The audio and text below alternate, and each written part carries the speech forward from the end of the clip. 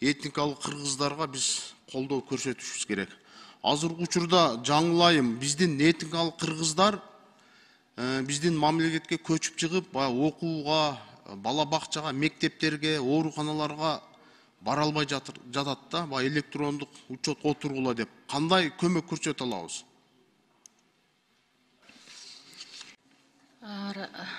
Ырысбек Исламович, бүгүнкү күндө азыр жогоруда мен айтып кеттим, ошол 22-жылы биз жергиликтүү бийликтер менен чогуу иштеп, ошол 197 бул балдар жана жөлөк боло алышат.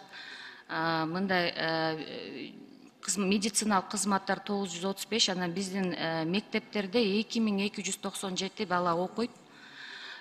Вуздарда 119, ошондой эле 74-тү биз жумуш менен, иш менен камсыз болдук, иш менен камсыз кылдык. Азыркы учурда бир топ этникалык кыргыздар депутаттарга да кайрылып атат да. Ошо электрондук учетко отура албай жатат, себеби күбөлүгү жок, үйлөрү жок, учетко отурайын десе. Ошон үчүн сиздер бир жергиликтүү бийликтерге тапшырма берсеңиздер, мындай кабыл алып, жардам көрсөтүп, көмөк көрсөтүп, шарттар түзүп берсе.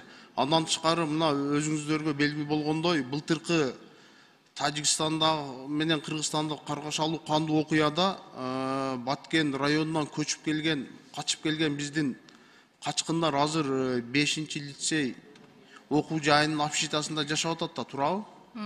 Ошол жерде сиз жазып алсаңыз, Осмонова Бүбү Салия деген аял бар экен, 3 баласы менен өзү Тажикстанга турмушка чыккан экен. Анан эми азыр Тажикстан менен доступ жок да, жабык, чек ара жабык. Документтерди ала албай, абдан бир кыйналып жатыптыр да. Ушуга бир жардам көрсөтсөңүздөр жакшы болот эле. Макул, жазып алдым, рахмат.